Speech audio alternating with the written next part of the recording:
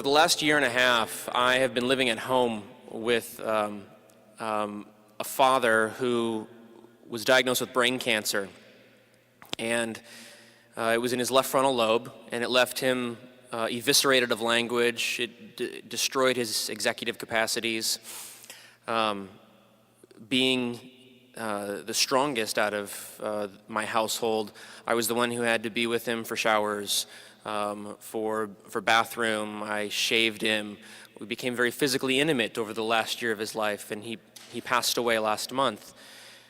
And one of the things that this experience taught me, not that far on the heels of a service tour in Iraq, at a torture prison of all places, is that pain and suffering happens all over the place. And war is not a particular venue in which you have to make special choices. It's in one sense, it's a venue like any other place you could ever find yourself. They're just happening much more rapidly and much more frequently. And some of the things that I learned as an interrogator at Abu Ghraib, having been there just on the heels of the prisoner abuse scandal, and being around soldiers of different stripes, people who had been raised in a religious tradition, some people who had not been raised in a religious tradition, individuals who had been taught dinner table manners, and maybe that was their entire social ethic, is that what you come into war with will dictate how you come out of war. And on the other side of war, you've got an array of individuals like Camilo, like myself, like the others that you're going to hear, and some of us disagree. We don't necessarily have the same conception of the ethics of war. But we do have, I think, one thing in common that you'll hear resonating through us, is that we do have a clear conception of the necessity of ethics and the primacy that ethics must play, whether you're talking about war or whether you're talking about taking care of the terminally ill.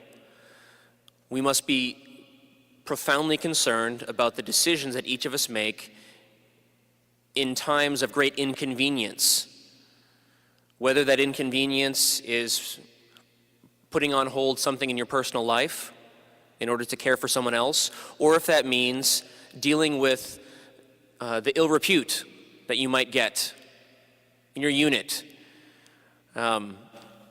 I was at the Vatican 2 years ago with Tom Cornell, who's a commissioner here today, and Mike Griffin from the Catholic Peace Fellowship. And we went to the Pontifical Commission for Justice and Peace. And of all the places that we went over this 3-week tour of Pontifical Commission after commission after commission, it was the Pontifical Commission for Justice and Peace that we got the chilliest response from. And one of the things that I heard after telling my story of having 2 friends who committed suicide, one who turned her own M16 on herself because she thought that she had no option but to torture detainees, the response that I got from a Monsignor who sat across the table from me was, "You signed up. How dare you come in here and preach to me? I've been getting emails from back home, people chastising me, saying, how can you possibly support a church that has been as critical of the Iraq War as the Roman Catholic Church has been?" And my friend Mike Griffin was much more eloquent than I was. I was incensed at the moment, and I stayed quiet. And my friend Mike went through a litany. It was the most eloquent rebuke of a spiritual authority I'd ever heard. And he started with Jesus, ended with Pope Benedict XVI, and cited 2 millennia of teaching that showed how wrong he was about his understanding of the role of conscience in war. And the litany went, the church was not with you when?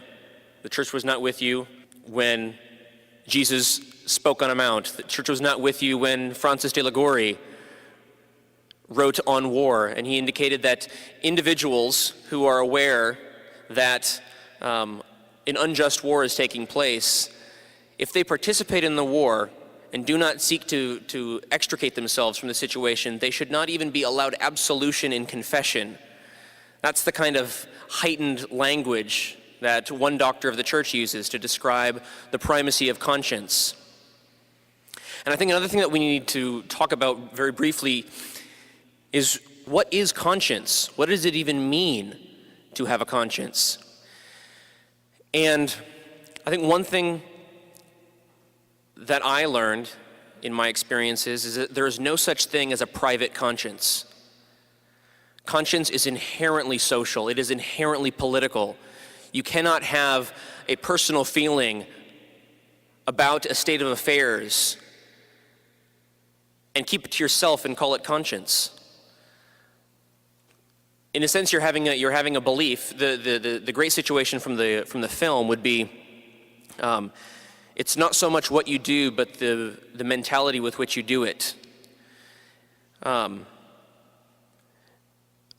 once had that view, and it was the view that allowed me to go into the military in the first place. I had a very change from within sort of mindset. I thought it would be better to have a person like me in a position of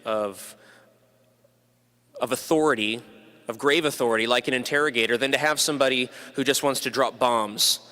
To have a person like me who's more ethically struggling with issues in those positions. But what I discovered is that the system that I found myself within far exceeded my capabilities as a single individual to make that sort of massive change from within necessary in order to conduct myself in a way that I would not want to then go back to Georgia like my friends did and hang themselves in their barracks room. Because the non-abstract realities that my friends and I encountered, we take that home with us in our bodies. And categories like soldier, like politician, like minister, like chaplain, these are all abstractions. There is no such thing as a president. There is Barack Obama. There is no such thing as a soldier. There is Joshua Casteel. And how I react when my father gets ill is going to have a relationship to how I act when I find myself in a situation of mortal danger. At the heart of all of this is a need to realize that what we believe on the inside can never be removed from what we do on the outside. There is no private conscience. And I think what we're trying to do today, and we thank you for being able to be here to dialogue with us, is to say, what does that then mean for legislation? What does that then mean for what we teach kids in schools? For what we teach kids in churches, in mosques, in synagogues, in temples? Because one day they will be in a situation where it will be inconvenient, where people will think badly of them, where their career will have to be on hold, and they'll have to say, I have to make a choice. And I'm going to have to be responsible for that choice, and I'm going to have to be able to live with that choice.